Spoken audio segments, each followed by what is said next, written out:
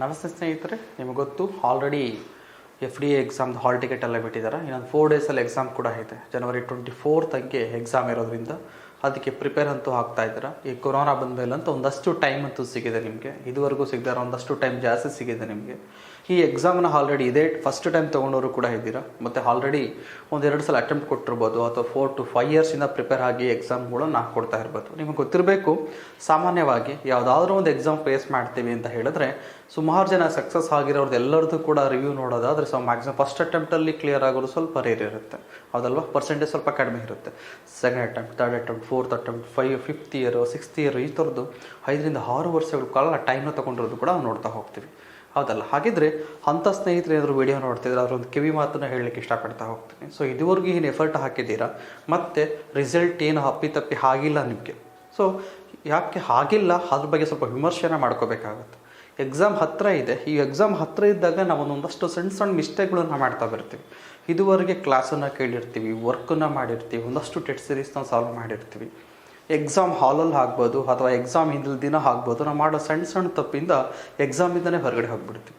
So ಈ ಸಮಾಜ ಕೇಳೋದಿಷ್ಟೇ ನಿಮಗೆ, ಎಕ್ಸಾಮ್ ಕ್ಲಿಯರ್ ಆಯಿತಾ ಇಲ್ವಾ, ಎಷ್ಟು ಸ್ಕೋರ್ ಮಾಡಿಕೊಂಡು ಎಷ್ಟಲ್ಲಿ ತೊಗೊಂಡೆ, ಯಾವ ರ್ಯಾಂಕಲ್ಲಿ ತೊಗೊಂಡೆ, ಅದನ್ನು ಯಾರು ಕೇಳೋದಿಲ್ಲ. ನೀನು ಕಟ್ ಆಫಲ್ಲಿ ಇದೆಯಾ ಇಲ್ವಾ, ನಿಮ್ಗೆ FD ಆಯಿತಾ ಇಲ್ವಾ, ನೀನು ಅರ್ಧ ಮಾರ್ಕ್ಸಿಂದ ಹೋದರೂ ಕೂಡ ಅಥವಾ ನೀನು 1 ಮಾರ್ಕ್ಸಿಂದ ಕೂಡ ಹೋದರೂ ಕೂಡ ನಿನಗೆ ಕಟ್ ಆಫಿಂದ ಹೊರಗಡೆ ಬಂತು ಅಂತ ಹೇಳ್ತಾ ಅಂತಂದರೆ ನಿಮಗೆ ರೆಸ್ಪೆಕ್ಟ್ ಕೂಡ ಸಿಗೋದಿಲ್ಲ. ಆದರೆ ಮತ್ತೆ ಮರಳಿ ಪ್ರಯತ್ನ ಮಾಡು ಅಂತ ಮಾಡ್ತಾ ಇರ್ತಾರೆ. ತುಂಬ ಜನ ಅದರಲ್ಲಿ 5ರಿಂದ 6 ವರ್ಷಗಳು ಕೂಡ ಮಾಡ್ಕೊಂಡಿದ್ದೀರ. ನಮ್ಮ ಸ್ಟೂಡೆಂಟ್ಗಳು ಕೂಡ ನೋಡ್ತಾ ಹೋಗ್ತೀವಿ. ನಿಮಗೆಲ್ಲ ಕಿವಿ ಮಾತು ಹೇಳೋದಂತಂದರೆ, ಇದುವರೆಗೂ ಏನು ಮಿಸ್ಟೇಕ್ನ ಮಾಡಿದ್ದೀರಾ ಅದನ್ನು ದಯವಿಟ್ಟು ಇದರಲ್ಲಿ ಮಾಡಲಿಕ್ಕೆ ಹೋಗಬೇಡಿ.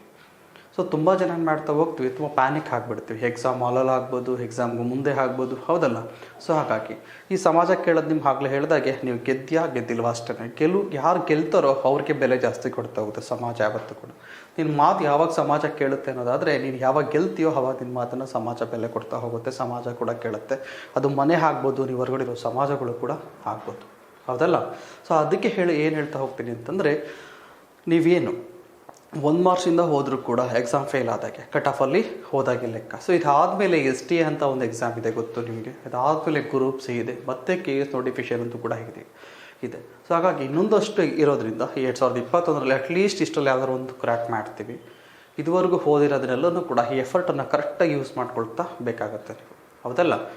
ಸುಮಾರು ಜನ ನಿಮಗೆ ಗೊತ್ತು, ಎಕ್ಸಾಮ್ ಕ್ಲಿಯರ್ ಆಗಿಲ್ಲ ಅಂತಂದರೆ ನೀವು 1 ಮಾರ್ಕ್ಸಲ್ಲಿ ಹೋಗಿದ್ರು ಕೂಡ ನಿಮ್ಮ ಸ್ನೇಹಿತರು ಅಥವಾ ನಿಮ್ಗೆ ಗೊತ್ತಿರೋರು, ನಿಮ್ಮ ಹಿತಶತ್ರುಗಳು ಅಂತ ಏನು ಕರಿತಾ ಹೋಗ್ತೀವಿ, ಎಲ್ಲ ಹೇಳೋದಿಷ್ಟೇ, ಎಕ್ಸಾಮ್ ಆಗಿಲ್ಲ ಅದಕ್ಕೆ. ನೀವು ಜಸ್ಟ್ 1 ಮಾರ್ಕ್ಸಲ್ಲಿ ಹೋಗ್ತೀವಿ ಅಂತ ರಿಯಾಲಿಟಿನೇ ಯಾರಿಗಾರು ಹೇಳಿ ಅವ್ರು ಯಾರೂ ನಂಬಲಿಕ್ಕೆ ತಯಾರಿರೋದಿಲ್ಲ. ಅವರೆಲ್ಲ ಹೇಳೋದಿಷ್ಟೇ, ಎಕ್ಸಾಮ್ ಪಾಸ್ ಆಯಿತಾ ಇಲ್ವಾ ಅಷ್ಟೇ, ಹೌದಲ್ಲ? ಸೊ ಅದಕ್ಕೆ ಏನು ಹೇಳ್ತಾ ಹೋಗ್ತೀವಿ, ಸಣ್ಣ ಮಿಸ್ಟೇಕ್ಗಳನ್ನು ನಾವು ಮಾಡ್ಲಿಕ್ಕೆ ಹೋಗ್ಬಾರ್ದು. ಆ ಸಿಲ್ಲಿ ಮಿಸ್ಟೇಕೆ ತೊಗೊಂಡು ನಮ್ಗೆ ಎಲ್ಲೋ ನಿಲ್ಲಿಸ್ಬಿಡ್ತಾ ಹೋಗುತ್ತೆ, ಹೌದಲ್ಲ? ಫೈನಲ್ ಆಗಿ ಇಷ್ಟು ಹಾರ್ಡ್ ವರ್ಕ್ ಮಾಡಬೇಕಾದ್ರೆ ಹಾರ್ಡ್ ವರ್ಕ್ ಮಾಡಿರ್ತೀವಿ, ನಾವು ಏನು ಮಾಡಿರ್ತೀವಿ ನಮಗಷ್ಟೇ ಗೊತ್ತಿರುತ್ತೆ. ಸೊ ಇನ್ನೊಬ್ಬರಿಗೆ ಪ್ರೂವ್ ಮಾಡ್ಕೋಬೇಕು ಅಂತ ಹೇಳಿದ್ರೆ ಅದಕ್ಕೊಂದು ರಿಸಲ್ಟಲ್ಲಿ ಹೆಸರಷ್ಟೇ ಇರಬೇಕು. ಅದಕ್ಕೆ ನಾವು ಏನೇನು ಮಾಡ್ಬೋದು ಈ ಟೈಮಲ್ಲಿ, ಅದಕ್ಕೋಸ್ಕರ ಒಂದಷ್ಟು ಕಿವಿ ಮಾತನ್ನು ನಾನು ಹೇಳಲಿಕ್ಕೆ ಇಷ್ಟಪಡ್ತಾ ಹೋಗ್ತೀನಿ ಸ್ನೇಹಿತರೆ. ಇದರಲ್ಲಿ ಸೊ ನಿಮಗೆ ಗೊತ್ತು, ಎಕ್ಸಾಮು ಹತ್ತಿರದಲ್ಲೇ ಇರೋದ್ರಿಂದ ಹೊಸ ಟಾಪಿಕ್ಗಳೇನು ಓದೋದು ಬೇಡ ನಾವು ಇವಾಗ. ಆಲ್ರೆಡಿ ನಿಮಗೆ 5ರಿಂದ 6 ತಿಂಗಳಷ್ಟು ಟೈಮಿಂಗ್ ಸಿಕ್ಕಿದೆ, ಅಥವಾ ನೀವು ಕೊರೋನಾ ಟೈಮ್ನಲ್ಲಿ ಕೂತ್ಕೊಂಡು ಓದಿದ್ದೀರ. ಇವೆಲ್ಲ ಟೈಮ್ನು ಕೂಡ ಇದುವರೆಗೂ ಟಾಪಿಕ್ ವೈಸ್ ಕೂತ್ಕೊಂಡು ವರ್ಕ್ ಮಾಡಿರ್ತಾರೆ. ನೀವು previous year question paper work ಮಾಡಿರ್ತೀರ. ನೀವು ಮೊದಲೇದಾಗಿ ಏನು ಮಾಡಬೇಕು, ಇವಾಗ ಎಲ್ಲ ಸಬ್ಜೆಕ್ಟು ಕೂಡ ನೀವೇನು ಮಾಡಬೇಕು ಅಂದರೆ ರಿವಿಷನ್ಗೆ ಜಾಸ್ತಿ ಫೋಕಸನ್ನು ಮಾಡ್ತಾ ಬರಬೇಕು. ಮ್ಯಾಕ್ಸಿಮಮ್ ರಿವಿಷನ್ಗೆ ಫೋಕಸ್ ಮಾಡಬೇಕು. ಎಷ್ಟು ಟೈಮ್ ಸಿಗುತ್ತೆ ಆ ರಿವಿಷನ್ಗಷ್ಟೇ ಕೊಡ್ತಾ ಹೋಗಬೇಕು. ಆ ರಿವಿಷನ್ ಮಾಡಬೇಕಾದ್ರೂ ಕೂಡ ನಿಮಗೆ ಆ ರಿವಿಷನ್ ಅಂತ ಏನಿದೆ ಅದು ತುಂಬ ಇಂಪಾರ್ಟೆಂಟ್. ಈ ಟೈಮಲ್ಲಿ ನೀವು ಹೊಸ ಟಾಪಿಕ್ನ ತೊಗೊಂಡು ಆ ಹೊಸ ಟಾಪಿಕ್ಗೆ ಪ್ರಿಪೇರ್ ಆಗಿ ಎಕ್ಸಾಮ್ಗೆ ಅಟೆಂಪ್ಟ್ ಮಾಡಲಿಕ್ಕಾಗಲ್ಲ. ಸೊ ಅದಕ್ಕೆ ನಾನು ಏನು ಹೇಳ್ತೀನಿ ಅಂತ ಹೇಳಿದ್ರೆ, ಇದುವರೆಗೂ ಏನು ಪ್ರಿಪೇರ್ ಆಗಿದ್ರೆ ಅದ್ರ ಮತ್ತೆ ಸ್ಟ್ರಾಂಗ್ ಮಾಡ್ತಾ ಬನ್ನಿ. ಸೊ ಆಲ್ರೆಡಿ ಏನು ಗೊತ್ತಿದೆ ಇನ್ನೂ ಸ್ಟ್ರಾಂಗ್ ಮಾಡಿ. ಯಾವ ಏರಿಯಾದಲ್ಲಿ ಕ್ವಶನ್ಸ್ ಆಗ್ತಿದೆ ನೀವೆಲ್ಲ ಇದು ನೋಟ್ ಮಾಡಿ ಇಟ್ಕೊಂಡಿರೋ ಮತ್ತೆ ರಿವಿಷನ್ಗೆ ಹೋಗಿ ಮತ್ತೆ ಪರ್ಫೆಕ್ಟ್ ಮಾಡ್ಕೊಳ್ತಾ ಬನ್ನಿ ಅವೆಲ್ಲನೂ ಕೂಡ. ಅಂದರೆ ರಿವಿಷನ್ ತುಂಬ ಇಂಪಾರ್ಟೆಂಟ್. ಸೊ ರಿವಿಷನ್ ಮಾಡ್ತಾನೆ ಜೊತೆಗೆ ಇವಾಗೇನೋ ನೈಟೆಲ್ಲ ಕೂತ್ಕೊಂಡು ಓದೋದು, 24 ಗಂಟೆ ಕೂತ್ಕೊಳ್ಳೋದು ಓದೋದು ಬೇಡ. 7 to 8 hours ಅಟ್ಲೀಸ್ಟ್ ರೆಸ್ಟನ್ನು ಮಾಡ್ತಾ ಬರಬೇಕಾಗತ್ತೆ. ನೀವು 7ರಿಂದ 8 ಗಂಟೆ ನಿದ್ದೆನ ಮಾಡಬೇಕಾಗುತ್ತೆ ಅಟ್ಲೀಸ್ಟ್. ಬಾಕಿ ಅವರೆಲ್ಲ ಕೂಡ ಇದಕ್ಕೆ ನೀವು ಡೆಡಿಕೇಟಿವ್ ಆಗಿ ಕೊಡ್ತಾ ಹೋಗ್ಬೋದು. ಮತ್ತು ಇಲ್ಲಿ ರಿವಿಷನ್ಗೆ ಯಾವ್ಯಾವುದನ್ನು ಬಳಸ್ತಾ ಹೋಗಬೇಕು. ಸೊ ರಿವಿಷನ್ ಮಾಡಬೇಕಾದ್ರೆ ನೀವು ಯಾವುದನ್ನು ಬಳಸ್ಬೋದು ಅಂತ ಹೇಳಿದ್ರೆ, ಕರೆಂಟ್ ಅಫೇರ್ಸ್ ಮೇಲೆ ಜಾಸ್ತಿ ಫೋಕಸ್ ಮಾಡಬೇಕು. ಸೊ ನಾವು ಏನು ಮಾಡ್ತಾ ಹೋಗ್ತೀವಿ, ಕರೆಂಟ್ ಅಫೇರ್ಸ್ ಅನ್ನೋದನ್ನೇ ಒಂದು ಸಬ್ಜೆಕ್ಟ್ ಅಂತ ಮಾಡ್ಕೊಂಡು ಬರೀ ಕರೆಂಟ್ ಅಫೇರ್ಸ್ನೇ ಓದ್ತಾ ಇರ್ತೀವಿ. ಸೊ ಅದಕ್ಕೆ ನಾನೇನು ಹೇಳ್ತೀನಿ ಅಂದರೆ, ಕರೆಂಟ್ ಅಫೇರ್ಸ್ ಬೇಸ್ಡ್ ಸಬ್ಜೆಕ್ಟ್ನ ರಿವಿಷನ್ಗೆ ಫೋಕಸ್ ಮಾಡಿ. ನೀವು ಯಾವುದೇ ಎಕ್ಸಾಮ್ ತೆಗೆದು ಕೂಡ ಈವನ್ PSC ಆಗ್ಬೋದು, KS ಆಗ್ಬೋದು, IAS ಆಗ್ಬೋದು, FDA, ST ಇವೆಲ್ಲರೂ ಕೂಡ ಕರೆಂಟ್ ಅಫೇರ್ಸ್ ಬೇಸ್ಡ್ ಸಬ್ಜೆಕ್ಟ್ ಬರೋದು ಜಾಸ್ತಿ ಕ್ವಶನ್ಸ್ ಇರುತ್ತೆ. ನಿಮಗೆ ಕರೆಂಟ್ ಅಫೇರ್ಸ್ ಬೇಸ್ಡ್ 30-40 ಕ್ವಶನ್ಸ್ ಮೇಲಿರುತ್ತೆ. ಸೊ ಅದಕ್ಕೆ ನಾನು ಹೇಳ್ತಾ ಹೋಗ್ತೀನಿ, ಲಾಸ್ಟ್ FD ಏನಾಗಿತ್ತು, ಅಲ್ಲಿಂದ ಇಲ್ಲಿವರೆಗೆ ಕರೆಂಟ್ ಅಫೇರ್ಸ್ನ ಏನು ಕಲೆಕ್ಟ್ ಮಾಡಿರ್ತೀರಾ, ಅಥವಾ ಲಾಸ್ಟ್ 1 ಇಯರಿಂದ ನೀವು ಕರೆಂಟ್ ಅಫೇರ್ಸ್ ಏನು ಕಲೆಕ್ಟ್ ಮಾಡಿರ್ತೀರ ಅದ್ರ ಮೇಲೆ ವರ್ಕ್ ಮಾಡೋದಕ್ಕೆ ಫೋಕಸ್ ಮಾಡಿ. ಬರೀ ಕರೆಂಟ್ ಅಫೇರ್ಸ್ ಅಲ್ಲ, ಕರೆಂಟ್ ಅಫೇರ್ಸ್ನ ಯಾವ ಥರ ಓದಬೇಕು, ಸಬ್ಜೆಕ್ಟ್ ವೈಸ್ ಓದ್ತಾ ಹೋಗಬೇಕು. ಹೌದಲ್ಲ, ಅದರಲ್ಲೂ ಕೂಡ ಸಬ್ಜೆಕ್ಟ್ ವೈಸ್ ಕರೆಂಟ್ ಅಫೇರ್ಸ್ಗೆ ಕನೆಕ್ಟ್ ಆಗೋ ಸಬ್ಜೆಕ್ಟ್ಗಳು ಯಾವ್ಯಾವುದು. ಫಾರ್ ಎಕ್ಸಾಂಪಲ್ ನಾವು ನೋಡಿ ಜಿಯೋಗ್ರಫಿನ ಕರೆಂಟ್ ಅಫೇರ್ಸ್ ಬೇಸ್ಡ್ ಕೂಡ ಫೋಕಸ್ ಮಾಡ್ತಾ ಬರ್ಬೋದು. ಯಾವುದೋ ಒಂದು ಫಾರ್ ಎಕ್ಸಾಂಪಲ್ ಯಾವುದೋ ನ್ಯಾಷನಲ್ ಪಾರ್ಕ್ ಇದೆ, ಜಿಯೋಗ್ರಫಿ ಹಾಕ್ಬೋದು, ಎನ್ವಿರಾನ್ಮೆಂಟ್ ಜಿಯೋಗ್ರಫಿ ಹಾಕ್ಬೋದು. ಹೌದಲ್ಲ, ಪರಿಸರ ಅಧ್ಯಯನದಲ್ಲಿ ಜಿಯೋಗ್ರಫಿಯಲ್ಲಿ ಬರುವಂಥ ಪರಿಸರ ಅಧ್ಯಯನ. ಸೊ ಇಲ್ಲಿ ಎನ್ವಿರಾನ್ಮೆಂಟ್ ಜಿಯೋಗ್ರಫಿ ಅಂತ ಬಂದಾಗ ಎಕಾಲಜಿ, ನ್ಯಾಷನಲ್ ಪಾರ್ಕ್ ನಾವೇನು ಮಾಡ್ತಾ ಹೋಗ್ತೀವಿ, ನ್ಯಾಷನಲ್ ಪಾರ್ಕ್ಗಳು ಯಾವುದು ಲಾಸ್ಟ್ ಇತ್ತೀಚೆಗೆ ನ್ಯೂಸಲ್ಲಿ ಇದೆ ಅವೆಲ್ಲ ನ್ಯಾಷನಲ್ ಪಾರ್ಕ್ ಕೂಡ. ಸೊ 104 ನ್ಯಾಷನಲ್ ಪಾರ್ಕ್ ಕೂಡ ಗೊತ್ತಿರಬೇಕು ನಮಗೆ. ಆದರೆ ಅದರಲ್ಲಿ ಲಾಸ್ಟ್ 1 ಇಯರಿಂದ ಯಾವುದು ಇಶ್ಯೂಸಲ್ಲಿದೆ ಆ ನ್ಯಾಷನಲ್ ಪಾರ್ಕ್ನ ಫೋಕಸ್ ಮಾಡಬೇಕು. ಅದ್ರ ಮೇಲೆ ಜಾಸ್ತಿ ಫೋಕಸ್ ಮಾಡಿ ಇವೆಲ್ಲ ಕೂಡ ಮೆಮೊರಿ ಮಾಡ್ತಾ ಹೋಗಬೇಕು. ಈ ರೀಸೆಂಟಾಗಿ ಯಾವುದೋ ವೆಟ್ಲ್ಯಾಂಡ್ಸ್ ಆಗಿರುತ್ತೆ. ಹೌದಲ್ಲ, ರೀಸೆಂಟಾಗಿ ಯಾವುದೋ ರಾಮ್ಸರ್ ಸೈಟ್, ಕನ್ವೆನ್ಸ್ ಸೈಟ್ ಅಂತೇಳಿ ಮಾಡ್ಕೊಂಡಿರ್ತೀವಿ. ರಾಮ್ಸರ್ ಸೈಟ್ ಅಂತ ಇಂಡಿಯಾದಲ್ಲಿ ಯಾವ್ಯಾವ್ದು ಆಗಿದೆ, ಯಾವ ಸ್ಟೇಟಲ್ಲಿ ಬರುತ್ತೆ. ಇದು ಸಬ್ಜೆಕ್ಟ್ ಕೂಡ ಆಗುತ್ತೆ, ಅಟ್ ದಿ ಸೇಮ್ ಟೈಮ್ ಕಡೆಗೆ ಕರೆಂಟ್ ಅಫೇರ್ಸ್ ಕೂಡ ಆಗ್ತಾ ಬರುತ್ತೆ. ಈ ಥರದ್ದು ಮತ್ತು ಯಾವುದೋ ಒಂದು ಟೈಗರ್ ರಿಸರ್ವ್ ಸೆಂಟರ್ಸ್ಗಳು ಇಶ್ಯೂಸಲ್ಲಿ ಇರುತ್ತೆ, ನೀವು ಜಸ್ಟ್ ಅದನ್ನು ಫೋಕಸ್ ಮಾಡ್ತಾ ಬರಬೇಕು. ಜೊತೆಗೆ ಇದುವರೆಗೆ ನ್ಯೂಸ್ ಯಾವುದಿದೆ ಅದನ್ನು ಕೂಡ ಕವರ್ ಮಾಡ್ಕೊಳ್ತಾ ಬರಬೇಕು. ಸ್ಟ್ಯಾಟಿಕ್ ಫೋರ್ಸನ್ನು ಕೂಡ ಕವರ್ ಮಾಡ್ಕೊಳ್ತಾ ಬರಬೇಕು. ಇದುವರೆಗೆ ಏನು ಮಾಡಿರ್ತೀರಲ್ಲ ಇದನ್ನು ಸಬ್ಜೆಕ್ಟ್ ವೈಸ್ ಕನೆಕ್ಟ್ ಮಾಡ್ಕೊಳ್ತಾ ಬನ್ನಿ. ಇನ್ನೂ ಅಂತ ಹೋಗೋದ್ರೆ ಫಿಸಿಕಲ್ ಜೋಗ್ರಫಿ ಕನೆಕ್ಟ್ ಮಾಡ್ಕೊಳ್ಳೋದಾದ್ರೆ ಜನರಲ್ ಆಗಿ. ಸೊ ಫಿಸಿಕಲ್ ಜೋಗ್ರಫಿ ಅಂತ ಹೇಳಿದ್ರೆ ಯಾವ್ಯಾವುದು ಎಲ್ಲೋ ಒಂದು ಕಡೆ ಆಗ್ತಿರುತ್ತೆ. ಸೊ ಅರ್ಥಕ್ವೇಕಿಂತ ಯಾವುದೋ ಅರ್ಥಕ್ವೇಕ್ ಆಗ್ತಾ ಇರುತ್ತೆ, ವಾಲ್ಕೆನೋ ಆಗ್ತಾ ಇರುತ್ತೆ. ಅಲ್ಲಿ ಅವರು ಹೈಲ್ಯಾಂಡ್ ಇತ್ತು ಅಂತ ಹೇಳಿದ್ರೆ, ಎಲ್ಲ ಮೌಂಟೇನ್ಸ್ ಇತ್ತು ಅಂತ ಹೇಳಿದ್ರೆ, ಅದರಿಂದ ವಾಲ್ಕೆನೋ ಅಥವಾ ಅರ್ಥಕ್ವೇಕಿಂದ ಡ್ಯಾಮೇಜ್ ಆಗಿದ್ರೆ ಜಾಸ್ತಿ ಅದನ್ನು ಫೋಕಸ್ ಮಾಡ್ಕೊಳ್ತಾ ಹೋಗ್ಬೋದು. ಫಾರ್ ಎಕ್ಸಾಂಪಲ್ ಆ ವಾಲ್ಕೆನೋ ರೀಸೆಂಟಾಗೆಲ್ಲ ಎರಪ್ಷನ್ ಆಗಿದೆ, ಎಲ್ಲೋ ವಾಲ್ಕೆನೋ ಆಗಿದೆ. ಆ ವಾಲ್ಕೆನೋ ಎಲ್ಲಿ ಬರುತ್ತೆ, ಯಾವ ಕಾಂಟಿನೆಂಟಲ್ಲಿ ಬರುತ್ತೆ, ಯಾವ ಕಾಂಟಿನೆಂಟಲ್ಲಿ ಯಾವ ಕಂಟ್ರಿಲಿ ಇರುತ್ತೆ. ಹೌದಲ್ಲ, ಯಾವ ಕಂಟ್ರಿ ಎಂಡರಲ್ಲಿ ಅದು ಬರುತ್ತೆ, ಅಥವಾ ಯಾವ ಹೈಲ್ಯಾಂಡ್ ಇದ್ರೆ ಅದು ಯಾವ ಹೈಲ್ಯಾಂಡು. ಇಷ್ಟು ಬೇಸಿಕ್ ಕೂಡ ನಮ್ಗೆ ಗೊತ್ತಿರಬೇಕಾಗುತ್ತೆ. ನಾವು ತುಂಬ ಎಲ್ಲನೂ ಕೂಡ ತಿಳ್ಕೊಳ್ಳಿಕ್ಕಾಗಲ್ಲ. ಅಟ್ಲೀಸ್ಟ್ 1 ಇಯರಲ್ಲಿ ನಾವು ಈ ಥರ ವರ್ಕ್ ಮಾಡ್ತಾ ಬಂದರೆ, ಕರೆಂಟ್ ಅಫೇರ್ಸ್ ಬೇಸ್ಡ್ ಕನೆಕ್ಟ್ ಮಾಡ್ತಾ ಬಂದರೆ ಅವ್ನು ಕೊಡೋಂಥ ಆಪ್ಷನ್ಸಲ್ಲಿ 2 ಅಥವಾ 3ನ್ನ ಎಲಿಮಿನೇಟ್ ಮಾಡಿ ಆನ್ಸರನ್ನು ಮಾಡ್ಬೋದು. ಹೌದಲ್ಲ, ಈ ಟೈಮಲ್ಲಿ ಕರೆಂಟ್ ಅಫೇರ್ಸ್ ಬೇಸ್ಡ್ ಸಬ್ಜೆಕ್ಟ್ಗೆ ಜಾಸ್ತಿ ಫೋಕಸ್ ಮಾಡೋದು ಇಂಪಾರ್ಟೆಂಟ್ ಆಗ್ತಾ ಹೋಗುತ್ತೆ. ಇವನು ಕಾನ್ಸ್ಟಿಟ್ಯೂಷನ್ ಆಗ್ಬೋದು. ಲಾಸ್ಟ್ 1 ಇಯರಿಂದ ಏನು ಇಶ್ಯೂಸಲ್ಲಿದೆ, ಸೊ ಲಾಸ್ಟ್ 1 ಇಯರಿಂದ ಇಶ್ಯೂಸ್ ಇರುವಂಥ ಎಲ್ಲ ಆರ್ಟಿಕಲ್ಸ್ಗಳು ಮತ್ತು ನೀವು ಸಬ್ಜೆಕ್ಟ್ ಕೂಡ ಆಗ್ಬೋದು. ಫಾರ್ ಎಕ್ಸಾಂಪಲ್ ಹೇಳಿದ್ರೆ ನೀವು ಯಾವುದಾದ್ರು ಎಕ್ಸಾಮ್ನ ತೊಗೊಳ್ಳೋದಾದ್ರೆ ಜನರಲ್ ಆಗಿ ನೋಡಿ 1773 ಚಾರ್ಟರ್ ಆ್ಯಕ್ಟರಿಂದ 1947 ಬರುವಂಥ ಎಲ್ಲ ಆ್ಯಕ್ಟ್ ಮೇಲೆ ಸಾಮಾನ್ಯವಾಗಿ 1 ಕ್ವಶನ್ಸ್ ಇರುತ್ತೆ.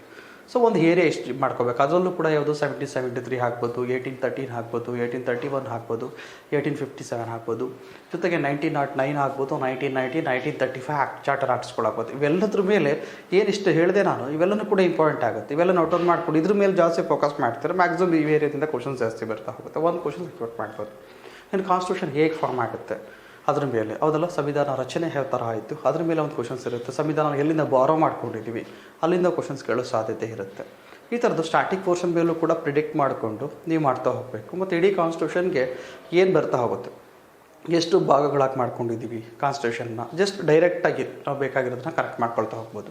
ಒಂದು ಕಡೆ ಈ ಸ್ಟ್ಯಾಟಿಕ್ ಫೋರ್ಸನ್ನು ನೋಡ್ಕೊಳ್ತಾ ಹೋಗ್ಬಿಟ್ಟು ಇದಾದಮೇಲೆ ಏನು ಇಶ್ಯೂಸ್ ಇಲ್ಲ, ಒಂದು 17 ಆರ್ಟಿಕಲ್ ಯಾವಾಗಲೂ ಕೂಡ ಇಶ್ಯೂಸಲ್ಲಿ ಇರುತ್ತೆ. ಹೌದಲ್ಲ, ಸೊ 17 ಆರ್ಟಿಕಲ್ ಆಗ್ಬೋದು, 15, 16, 17, 18, 19, 21 ಆರ್ಟಿಕಲ್ಸ್ ಇಶ್ಯೂಲ್ಲಿ ಇರುತ್ತೆ. 24 ಇರುತ್ತೆ, 29, 30, 32 ಓದಬೇಕಾದ್ರೆ 226 ಆರ್ಟಿಕಲ್.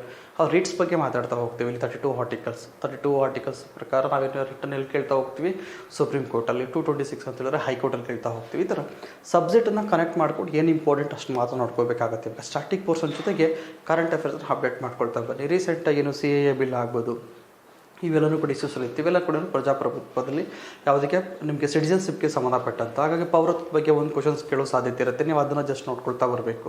ಯಾವ ಆರ್ಟಿಕಲ್ಸ್ ಡೀಲ್ ಮಾಡ್ತಾ ಬರುತ್ತೆ ಪೌರತ್ವದ ಬಗ್ಗೆ. ಬರೀ ಆರ್ಟಿಕಲ್ಸ್ ಜೊತೆಗೆ ಕಾನ್ಸೆಪ್ಟ್ ಕೂಡ ಅವನ್ನ ಜನರಲ್ಲಾಗಿ ಹೇಳ್ತಾರೆ. ಏನೇನೋ ಓದಬೇಕು. ಪ್ರೆಸಿಡೆಂಟ್ ಬಗ್ಗೆ ನೋಡಿ, ಪ್ರೆಸಿಡೆಂಟ್ ಬಗ್ಗೆ ಸಾಮಾನ್ಯ ಕ್ವಶನ್ಸ್ ಆಗ್ತಿರುತ್ತೆ. ಸೊ ಹಾಗಾಗಿ ಪ್ರೆಸಿಡೆಂಟ್ ಬಗ್ಗೆ ನಾವು ತಿಳ್ಕೊಬೇಕಾಗುತ್ತೆ. ಪ್ರೆಸಿಡೆಂಟ್ ಬಗ್ಗೆ ತಿಳ್ಕೊಬೇಕಾದ್ರೆ ಗವರ್ನರ್ ಬಗ್ಗೆ ತಿಳ್ಕೊಬೇಕು. ಪ್ರೆಸಿಡೆಂಟ್ ಮತ್ತು ಗವರ್ನರ್, ಸ್ಟೇಟಲ್ಲಿ ಬಂದಾಗ ಗವರ್ನರ್ ಇರ್ತಾರೆ, ಸೆಂಟ್ರಲ್ ಬಂದಾಗ ಪ್ರೆಸಿಡೆಂಟ್ ಇರ್ತಾರೆ. ಸೊ ಇವರನ್ನು ಆಯ್ಕೆ ಮಾಡೋದು ಹೇಗೆ, ಇವ್ರ ಪವರ್ ಮತ್ತು ಫಂಕ್ಷನ್ಸ್ ಏನು, ಮತ್ತು ಗವರ್ನರ್ನ ಆಯ್ಕೆ ಮಾಡೋದು ಹೇಗೆ, ಗವರ್ನರ್ದು ಪವರ್ ಮತ್ತು ಫಂಕ್ಷನ್ಸ್ ಏನು. ಜಸ್ಟ್ ಇಷ್ಟೇ.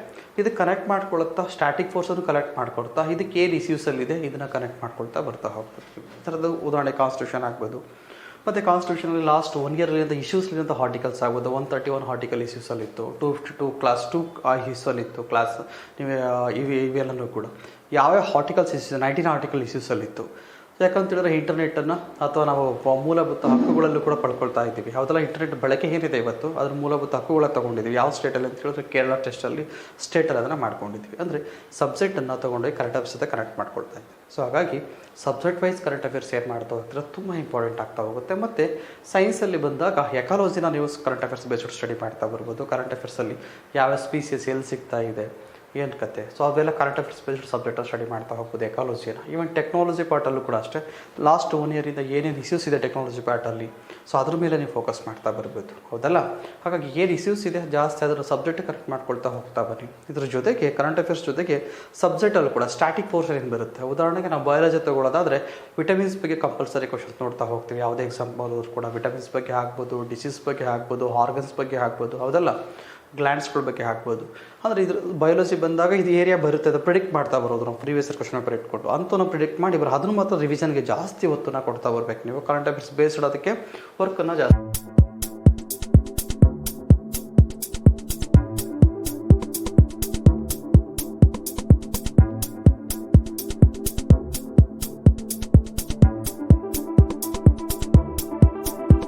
ಮಾಡ್ತಾ ಬರಬೇಕು, ಹೌದಲ್ಲ. ಮತ್ತು ಈ ಟೈಮಲ್ಲಿ ಇದುವರೆಗೂ ನಾವು ಯಾವ ಕ್ವಶನ್ ಪೇಪರ್ ಸಾಲ್ವ್ ಮಾಡಿಲ್ಲ ಅಥವಾ ಮಾಡಲ್ ಕ್ವಶನ್ ಪೇಪರ್ ಯಾರು ಸಾಲ್ವ್ ಮಾಡೋಕ್ಕೆ ರೆಡಿ ಇದ್ರು ಅವರೆಲ್ಲರೂ ಕೂಡ ಮಾಡಲ್ ಕ್ವಶನ್ ಪೇಪರ್ ಸಾಲ್ವ್ ಮಾಡಲಿಕ್ಕೆ ಸ್ಟಾರ್ಟ್ ಮಾಡ್ತಾ ಬಂದು. ಈ ಮಾಡಲ್ ಕ್ವಶನ್ ಪೇಪರ್ ಸಾಲ್ವ್ ಮಾಡಬೇಕು ಅಂತ ಹೇಳಿದಾಗ ತುಂಬ ಜನ ಒಂದಷ್ಟು ಸಿಲ್ಲಿ ಮಿಸ್ಟೇಕ್ಗಳು ಕೂಡ ಮಾಡ್ತಾ ಬರ್ತೀವಿ. ಯಾಕಂದರೆ ಮಿಸ್ಟೇಕ್ ಅನ್ನೋದು ನೀವು ಇವಾಗ ಪ್ರಿಪ್ರೇಷನ್ ಟೈಮಲ್ಲಿ ಆಗಬೇಕೇ ವಿನಃ ಎಕ್ಸಾಮ್ ಹಾಲಲ್ಲಿ ಹಾಕಬಾರ್ದು. ಯಾವಾಗ ಎಕ್ಸಾಮ್ ಹಾಲಲ್ಲಿ ಮಿಸ್ಟೇಕ್ ಅನ್ನೋದಾಗುತ್ತೆ ಆವಾಗ ನಾವು ಸಿಸ್ಟಮಿಂದ ಅಥವಾ ಕಟ್ ಆಫಿಂದ ಹೊರಗಡೆ ಬಂದುಬಿಡ್ತೀವಿ. ಸೊ ಅದಕ್ಕೆ ಮಾಡಲ್ ಪೇಪರ್ ಯಾಕೆ ಸಾಲ್ವ್ ಮಾಡಬೇಕು ಅಂತ ಹೇಳಿದ್ರೆ ಎಕ್ಸಾಮಲ್ಲಿನ ಪರ್ಫಾರ್ಮೆನ್ಸ್ ಕರೆಕ್ಟಾಗಿ ಇರೋಕ್ಕೋಸ್ಕರ, ಹೌದಲ್ಲ. ಉದಾಹರಣೆಗೆ ನಿಮಗೆ ಗೊತ್ತು ಇಲ್ಲಿ ಮಾಡಲ್ ಪೇಪರು ಮತ್ತು OMR ಸೀಟ್ ಇವೆರಡೂ ಕೂಡ ನಿಮ್ಮ ಮಾಡಲ್ ಪೇಪರ್ ತೊಗೊಂಡು OMR ಸೀಟಲ್ಲೇ ಪ್ರಾಕ್ಟೀಸ್ ಆಗಬೇಕು. ಯಾಕಂತ ಹೇಳಿದ್ರೆ ನಿಮಗೆ ಗೊತ್ತಿರುತ್ತೆ, ತುಂಬ ಜನ ಸ್ನೇಹಿತರು ಕೂಡ ಮಾಡಿರ್ತಾರೆ. ಕ್ವಶನ್ ನಂಬರ್ 1 ನೀವು ಆನ್ಸರ್ ಈ ಥರ ಬಬಲ್ಸ್ ಕೊಟ್ಟಿರ್ತಾನೆ, ಇದರಲ್ಲಿ ನೀವು ಒಂದು ಸೆಟ್ ಮಾಡ್ತಾ ಹೋಗಬೇಕು. ಈ ಥರದ ಒಂದು 9ವರೆಗೂ ಆನ್ಸರ್ ಮಾಡ್ಕೊಂಡು ಹೋಗ್ತೀರಾ. ಸೊ 10th ಕ್ವಶನ್ಸ್ಗೆ ನಿಮ್ಗೆ ಆನ್ಸರ್ ಗೊತ್ತಿರಲ್ಲ ಅಂತ ಅನ್ಕೊಳ್ಳಿ. ಸೊ ನಾವೇನು ಮಾಡ್ತಾ ಹೋಗ್ತೀವಿ, 10th ನಾವು ಸೇಡ್ ಮಾಡದೆ ಹಾಗೆ ಬಿಟ್ಬಿಟ್ಟಿರ್ತೀವಿ. 10th ಬಿಟ್ಬಿಟ್ಟಿರ್ತೀವಿ. ಸೊ 11th ಆನ್ಸರ್ ಗೊತ್ತಾಗುತ್ತೆ ನನಗೆ, ನಾನು 11th ಮಾರ್ಕ್ ಮಾಡಬೇಕು. ನಾನು 11th ಮಾರ್ಕ್ ಮಾಡೋದು ನಾವೇನು ಮಾಡ್ತಾ ಹೋಗ್ತೀನಿ, 10th ಹೋಗ್ಬಿಟ್ಟು ಮಾರ್ಕ್ ಮಾಡ್ತೀನಿ, ಹೌದಲ್ಲ. 10th ಹೋಗ್ಬಿಟ್ಟು ನಾನು ಮಾರ್ಕ್ ಮಾಡ್ತೀನಿ. ನೋಡಿ, ನೀವು ಗೊತ್ತಿಲ್ಲ ಅಂತ ಬಿಟ್ಟಿದ್ದು ಆಲ್ರೆಡಿ ಒಂದು ಬಿಟ್ಟಿದ್ರಿ, ಮತ್ತೇನು ಮಾಡ್ತಿದ್ವಿ 11th ತೊಗೊಂಡೋಗಿ ಇಲ್ಲಿ ಹಾಕ್ತಿದ್ವಿ, ಹೌದಲ್ಲ. ಇವಾಗ ಇದು ಮಿಸ್ಟೇಕ್ ಆಯಿತು. ಇದು ಒಂದು ಸಣ್ಣ ಮಿಸ್ಟೇಕ್ ಸಾಕಲ್ವಾ. ನೀವೇನು ಗಮನ ಹರಿಸಿಲ್ಲ ಅಂತಂದರೆ ಈ ಸೀರೀಸ್ ಕಂಟಿನ್ಯೂ ಆಗಿಬಿಡುತ್ತೆ. ಸೊ ನಾ ಟೆಟ್ ಸೀರೀಸಲ್ಲೂ ನಮ್ಮ ಹುಡುಗರೆಲ್ಲ ನೋಡಬೇಕಾದಾಗ ತುಂಬ ಚೆನ್ನಾಗಿ ಮಾಡಿರ್ತಾರೆ, ಕಂಟಿನ್ಯೂಸ್ ಆಗಿ ಈ ಥರ ಮಾಡಿ 3-4 ಕ್ವಶನ್ಸ್ವರೆಗೂ ತಪ್ಪ ಆಗಿಬಿಡುತ್ತೆ. ಸಾಕಲ್ಲ, ನಿಮ್ಮನ್ನು ಕಟ್ ಆಫಿಂದ ಹೊರಗಡೆ ಹೋಗ್ಲಿಕ್ಕೆ ಸಾಕಲ್ಲ, ಎಷ್ಟು ಒಂದೇ ಒಂದು ಕ್ವಶನ್ಸ್ ರಾಂಗ್ ಆದರೂ ಕೂಡ ಸಾಕು. ಸೊ ಹಾಗಾಗಿ ಇಂಥ ಸಿಲ್ಲಿ ಮಿಸ್ಟೇಕ್ ಅವಾಯ್ಡ್ ಆಗಬೇಕು ಅಂತ ಹೇಳಿದ್ರೆ ನೀವು OMR ಕರೆಕ್ಟಾಗಿ ಮೊದಲನೇ ಸಾಲ್ವ್ ಮಾಡೋಕೆ ಒಂದು ಮಾಡಲ್ ಕ್ವಶನ್ ಪೇಪರ್ ಇಟ್ಕೊಂಡು ಅದ್ರ ಪ್ರಕಾರ ಬಬಲ್ ಸೆಟ್ ಮಾಡಿದ್ರೆ ನೋಡ್ಕೊಳ್ತಾ ಹೋಗ್ಬೇಕು. ಸೆಟ್ ಮಾಡ್ತಾ ಹೋಗ್ತಿರಲ್ಲ ನೀವು, ಅದನ್ನು ವೃತ್ತವನ್ನು ಫಿಲ್ ಮಾಡ್ತಾ ಹೋಗ್ತಿರಲ್ಲ, ಅದು ಕರೆಕ್ಟ್ ಮಾಡ್ತಾ ಹೋಗಬೇಕು.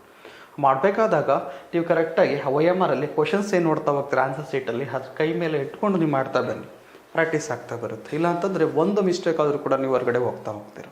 ಜೊತೆಗೆ ಮಾಡಲ್ ಕ್ವಶನ್ ಪೇಪರ್ ಈ ಟೈಮಲ್ಲಿ ಎಕ್ಸಾಮ್ ಯಾವಾಗ ಕಾಲ್ ಮಾಡ್ತಾನೆ ಹಾಲ್ ಟಿಕೆಟ್ ಬರುತ್ತೆ.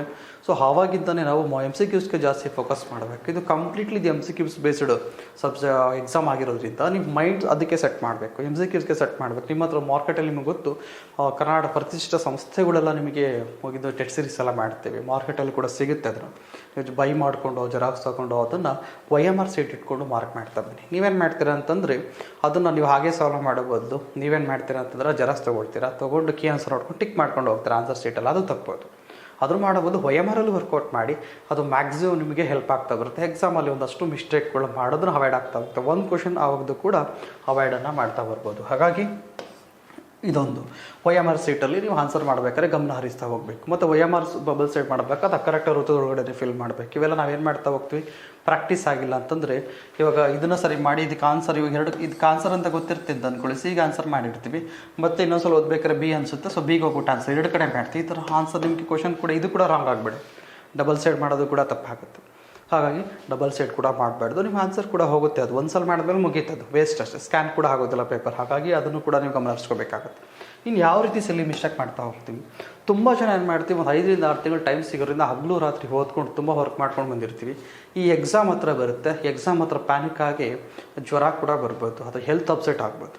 ಇದನ್ನು ನಾವು ಯಾಕಂತ ಎಕ್ಸಾಮ್ ಬಗ್ಗೆ ಯೋಚನೆ ಗೆಲ್ಲೇಬೇಕು ಅಂತ ಯಾವಾಗ ಓದ್ಕೊಳ್ತಾ ಹೋಗ್ತೀವಿ ನಾವುಗಳೆಲ್ಲ, ಆವಾಗಲೇ ಏನೋ ಒಂದು ಕಾನ್ಸಿಯಸ್ ಮಾಡಿ ಏನೋ ತಪ್ಪು ಮಾಡ್ಲಿಕ್ಕೆ ಸ್ಟಾರ್ಟ್ ಮಾಡಿಬಿಡ್ತೀವಿ. ಅದಕ್ಕೆ ಎಕ್ಸಾಮ್ ಬರೀತಾ ಇದ್ದೀರ ಅಷ್ಟೇ, ನೀವು ಲೈಫ್ ಅನ್ನೋ ಜರ್ನಿಯಲ್ಲಿ ಒಂದು ಪಾರ್ಟ್ ಅಷ್ಟೇ. ಇದೇ ಸಕ್ಸಸ್ ಅಂತೇನಲ್ಲ. FD ಆಗಲೇಬೇಕು, ಹೌದಲ್ಲ. FDಗಿಂತಲೂ ಉನ್ನತವಾದ ಹುದ್ದೆಗಳಿವೆ. FDನೇ ಎಂಜಾಯ್ ಮಾಡೋದಲ್ಲ. ನಾನು ತುಂಬ ಸರಿ ಹೇಳೋದಷ್ಟೇ, ಬೇರೆದಕ್ಕೆ ಗೋಲ್ ಇಟ್ಕೊಳ್ಳಿ, KS IASಗೆ ಇಟ್ಕೊಳ್ಳಿ, ಆ ಕಡೆ ಒಂದು ಫೋಕಸ್ ಮಾಡ್ಕೊಂಡು ಇದು ಹೋಗ್ಬೇಕ್ರಿ. ಈ ಜರ್ನಿಯಲ್ಲಿ KS IASಗೆ ಹೋಗ್ಬೇಕಾದ್ರೆ FD ಅನ್ನೋದು ಪಾರ್ಟ್ ಅಷ್ಟೇ. ಸೊ ಕೆಲವೊಬ್ಬರು ಇಲ್ಲಿಗೆ ಸ್ಟಿಕಾನ್ ಆಗ್ತಾರೆ, ಕೆಲವೊಬ್ಬರು ಇನ್ನೂ ಕೂಡ ಮುಂದಕ್ಕೆ ಹೋಗ್ತಾರೆ, ಹೌದಲ್ಲ. ಸೊ ಅದಕ್ಕೇ ಇದ್ರ ಬಗ್ಗೆ ಇದೇ ಫೈನಲ್, ಇದೇ ಸಕ್ಸಸ್. FD ಕ್ಲಿಯರ್ ಆದರೆ ಸಕ್ಸಸ್ ಅಲ್ಲ, FD ಅನ್ನೋದು ಒಂದು ಹುದ್ದೆ ಮಾತ್ರ ಅಷ್ಟೇ. ಸೊ ಹಾಗಾಗಿ ಅದಕ್ಕೆ ಪ್ರಯತ್ನ ಆಗಬೇಕು, ಮಾಡಿರ್ತೀರ, ಅದಕ್ಕೆ ಭಯ ಪಡೋ ಅವಶ್ಯಕತೆ ಇಲ್ಲ. ಯಾಕಂದ್ರೆ ನೀವು ಇಷ್ಟೆಲ್ಲ ವರ್ಕೌಟ್ ಮಾಡಿ ಬೆಳಗಿಂದ ಸಂಜೆವರೆಗೆ ಓದಿ, ಹೌದಲ್ಲ, ಒಂದು 5-6 ತಿಂಗಳು ವರ್ಕೌಟ್ ಮಾಡಿ ಈ ಟೈಮಲ್ಲಿ ಎಕ್ಸಾಮ್ ಇನ್ನೊಂದು ದಿನ ಜ್ವರ ಬಂದಿರ್ತವೆ, ಈ ವೀಕಲ್ಲಿ ನೀವೇನಾದ್ರೂ, ಈ ಟೈಮಲ್ಲಿ ನೀವೇನಾದ್ರೂ ಜ್ವರ ಬಂದು ಅಥವಾ ಇನ್ನೊಂದೇನೋ ಹಾಗೆ ಹೆಚ್ಚು ಕಡಿಮೆ ಆಯಿತು ಅಂತಂದರೆ ಅಟ್ಲೀಸ್ಟ್ ಎಕ್ಸಾಮ್ ಹಾಲಲ್ಲಿ ನಿಮಗೆ 2-3 ಕ್ವಶನ್ಸ್ ಆದರೂ ರಾಂಗ್ ಮಾಡ್ತೀರ. ಸೊ ಹಾಗಾಗಿ ಹೆಲ್ತ್ ಕೂಡ ಕರೆಕ್ಟಾಗಿ ನೋಡ್ಕೋಬೇಕು, ಹೌದಲ್ಲ. ಮತ್ತು ನೀವು ಏನು ಇದುವರೆಗೂ ಓದ್ಕೊಂಡು ಬಂದಿದ್ದೀರಾ ಅವೆಲ್ಲನೂ ಕೂಡ ಮೆಮೊರಿಯಲ್ಲಿ ಕೂತ್ಕೊಂಡು, ಶಾರ್ಟ್ ಟರ್ಮ್ ಮೆಮೊರಿಯಲ್ಲಿ ಕೂತ್ಕೊಂಡಿರುತ್ತೆ, ಲಾಂಗ್ ಟರ್ಮ್ ಮೆಮೊರಿ ಕನ್ವರ್ಟ್ ಆಗಬೇಕು. ಸೊ ಶಾರ್ಟ್ ಟರ್ಮ್ ಮೆಮೊರಿಯಿಂದ ಲಾಂಗ್ ಟರ್ಮ್ ಬೇಕು ಅಂತ ಹೇಳಿದಾಗ ಮತ್ತೊಂದು ರೈಟಿಂಗ್ ಪ್ರಾಕ್ಟೀಸ್ ಎಲ್ಲ ಬೇಕಾಗುತ್ತೆ. ಈ ಟೈಮಲ್ಲಿ ರೈಟಿಂಗ್ ಪ್ರಾಕ್ಟೀಸ್ ಆಗಲಿಕ್ಕೆ ಸಾಧ್ಯ ಇಲ್ಲ, ಯಾಕಂದರೆ ಟೈಮ್ ತುಂಬ ಕಡಿಮೆ ಇದೆ. ಅದಕ್ಕೆ ನೀವೇನು ಮಾಡಬೇಕು, ರೀಕಾಲ್, ಜಸ್ಟ್ ರೀಕಾಲ್. ಮಲ್ಲಿಕೊಂಡಾಗ ಕೂಡ ಅದೇ ಯೋಚನೆ ಮಾಡ್ತಿರ್ಬೇಕು. ಫ್ರೀ ಸಿಕ್ಕಿದಾಗೆಲ್ಲ ರೀಕಾಲ್ ಮಾಡೋಕ್ಕೆ ಸ್ಟಾರ್ಟ್ ಮಾಡಿ. ಒಂದು ವೇಳೆ ಈ ಟೈಮಲ್ಲಿ ನೀವು ಯಾರ ಹತ್ರ ಜಗಳ ಆಡಿದ್ರೆ, ಫ್ರೆಂಡ್ಸ್ ಹತ್ರ ಮುನಿಸ್ಕೊಂಡ್ರೆ, ಬೇಜಾರು ಮಾಡಿಕೊಂಡ್ರೆ ಇದರಿಂದನೂ ಕೂಡ ನಿಮಗೆ ತೊಂದರೆ ಆಗೋದು. ಕಾರಣ ಏನಂತಂದರೆ, ನೀವು ಬೆಳಗಿಂದ ಓದಿರ್ತೀರ, 4-5 ಮಂತ್ಸಿಂದ ಓದಿರ್ತೀರ, ಒಬ್ಬರ ಹತ್ರ ಜೋರಾಗಿ ಜಗಳ ಹಾಕ್ಬಿಡಿ. ಓದಿರೋದಷ್ಟು ಒಂದು ಅಟ್ಲೀಸ್ಟ್ ಒಂದು ಕ್ವಶನ್ಗೆ ಆನ್ಸರ್ ಮಾಡಿದ್ರಷ್ಟು ಕೂಡ ಮರ್ತೋಗುತ್ತೆ. ಈ ಥರದ್ದು ಸಣ್ಣ ಹತ್ರ ಜಗಳ ಆಡೋದಾಗಲಿ, ಮತ್ತು ಮೊಬೈಲಲ್ಲಿ ಜಾಸ್ತಿ ಮಾತಾಡೋದಾಗಲಿ. ಸೊ ನಾನು ಹೇಳೋದಂದರೆ, ಮೊಬೈಲಲ್ಲಿ ಮಾತಾಡೋದಾಗಲಿ, ಸೋಷಿಯಲ್ ಮೀಡಿಯಾ ಯೂಸ್ ಮಾಡೋದು ತಪ್ಪು ಅಂತ ಹೇಳ್ತೀನಿ.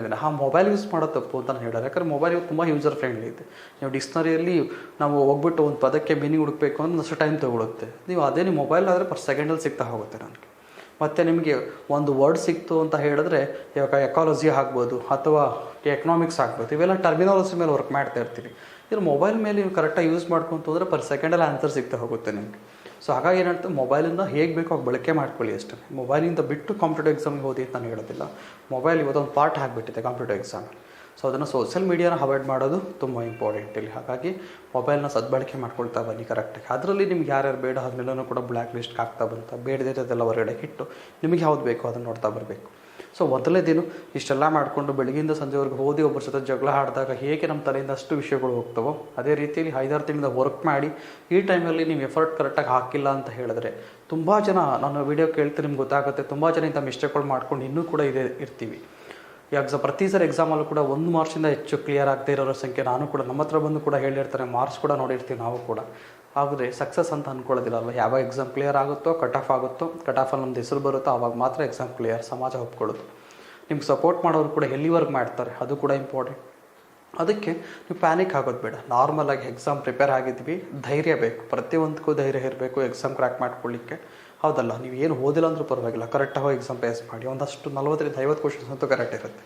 ಅದ್ರ ಮೇಲೆ ಏನು ಓದ್ಕೊಂಡಿರ್ತೀರ ಅದೊಂದು ಸ್ವಲ್ಪ ಎಫರ್ಟ್ ಆಗ್ತು ಅಂತಾರೆ, ಇನ್ನೊಂದು 20 ಕ್ವಶನ್ ಜಾಸ್ತಿ ಆಗುತ್ತೆ. ಯಾರು ಹಾರ್ಡ್ ವರ್ಕ್ ಮಾಡಿರ್ತೀರ ಅವರಿಗೆ ಕರೆಕ್ಟಾಗಿ ಕ್ವಶನ್ ಪೇಪರ್ನ ಓದಿ ಆನ್ಸರನ್ನು ಮಾಡ್ತಾ ಇತ್ತು ಅಂದರೆ ಪ್ರಾಕ್ಟೀಸ್ ಆಗಬೇಕು. ಅದಕ್ಕೆ previous year question paper, model question paper, last ವಿಡಿಯೋದಲ್ಲಿ ಒಂದು FDಗೆ ಮಾಡಿದ್ದೆ ನಾನು, ಅದರಲ್ಲೇ ಹೇಳಿದ್ದೆ ಮಾಡಲ್ ಕ್ವಶನ್ ಪೇಪರ್ ಜಾಸ್ತಿ ಫೋಕಸ್ ಮಾಡಿ previous year question paper focus ಮಾಡಿ ಅಂತ, ಇಶ್ಯೂಸ್ ಮೇಲೆ ಫೋಕಸ್ ಮಾಡಿ ಅಂತ ಹೇಳಿದ್ದೆ.